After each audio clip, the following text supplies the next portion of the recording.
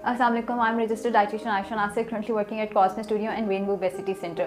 आज का हमारा टॉपिक होगा इंजीर की अफादियत के हवाले से, इंजीर के क्या क्या फ़वाइद हैं और इंजीर को कैसे और किस मकदार में इस्तेमाल करना चाहिए। बेसिकली इंजीर का जब नाम जहन में आता है तो हमारे जहन में ये चीज़ पहली आती है कि कॉन्स्टिपेशन के लिए बहुत अच्छी है। रात को 2 इंजीरें भिगो के रखते हैं, सुबह उठ के वो इंजीर खा लें, पानी फेंकते हैं, तो वो बेसिकली कॉन्स्टिपेशन को रिजॉल्व करता है, ऐसा है। लेकिन इसके अलावा भी इंजीर के बहुत सारे फ़वाइद हैं। इंजीर के अंदर फाइबर है जो कि कॉन्स्टिपेशन को रिजॉल्व करने में हेल्प करता है, हार्ट हेल्थ के लिए बहुत अच्छा है एंड ब्लड प्रेशर को भी लोअर डाउन करने में, ब्लड प्रेशर को भी नीचे लेके आने में काफ़ी हद तक मददगार साबित होता है। इसके अलावा इंजीर जो है वो इंसुलिन रेजिस्टेंस को बेहतर करती है, यानी कि अगर किसी का डायबिटीज़ का मसला है या पीसीओएस की वजह से बॉडी में इंसुलिन रेजिस्टेंस आई हुई है या कोई और ऐसा मसला है जिसकी वजह से बॉडी में इंसुलिन रेजिस्टेंस आई है, तो इंजीर के मुसलसल इस्तेमाल से इंसुलिन रेजिस्टेंस बेहतर हो जाती है, ये रिसर्चर्स ने साबित किया है। इसके अलावा अगर आप इंजीर में देखें तो सेलेनियम की अच्छी खासी मिकदार है। अगर किसी को मीठे की बहुत ज़्यादा क्रेविंग हो तो यूजुअली हम यही कहते हैं कि क्रोमियम या सेलेनियम की डेफिशिएंसी की वजह से मीठे की क्रेविंग ज़्यादा होती है। तो जो लोग इंजीर का इस्तेमाल ज़्यादा करते हैं उनमें सेलेनियम की डेफिशिएंसी के चांसेस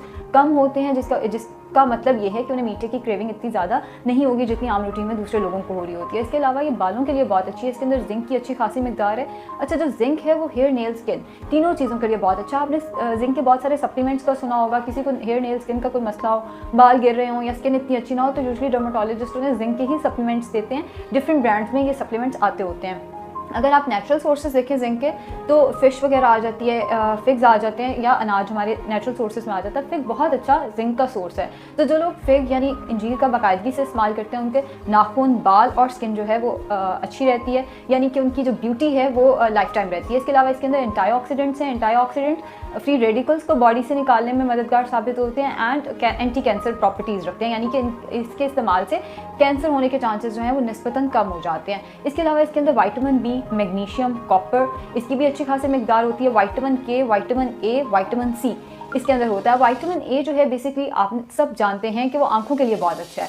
विटामिन ए गाजरों के अंदर भी होता है, लेकिन देखें अगर हमारी आंखों की बात की जाती है तो जहन में पहली चीज़ गाजर आती है, मगर इंजीर का भी इस्तेमाल किया जाए तो आंखों की सेहत के लिए बहुत अच्छा है। फिर विटामिन ई जो है वो स्किन के लिए भी बहुत अच्छा है, आंखों के लिए भी बहुत अच्छा है। इसी तरह विटामिन सी स्किन के लिए भी बहुत अच्छा है और आंखों के लिए भी बहुत अच्छा है। इसके अलावा विटामिन सी बेसिकली खुद एक एंटीऑक्सीडेंट है जो कि जैसे मैंने पहले बताया एंटी कैंसर भी है और स्किन के लिए, बालों के लिए बहुत अच्छा भी होता है।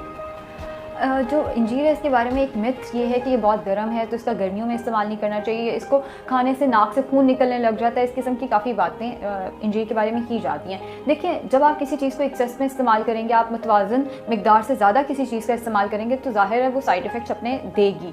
तो कोशिश ये करनी चाहिए कि मुतवाज़न मिकदार में इसका इस्तेमाल किया जाए, दिन में 2 से ज़्यादा इंजीरें इस्तेमाल ना की जाएँ और रात को भिगो के सुबह इस्तेमाल किया जाए तो वो ज़रा ज़्यादा बेहतर हो जाता है। इसके अलावा विटामिन के जो है वो थोड़ा सा ब्लड थिकनिंग एजेंट हम उसको कह सकते हैं। ब्लड थिकनिंग से मुराद ये है कि जो लोग पहले से ब्लड प्रेशर की मेडिसिन ले रहे हैं वो एक दफ़ा अपने डॉक्टर से कंसल्ट कर लें।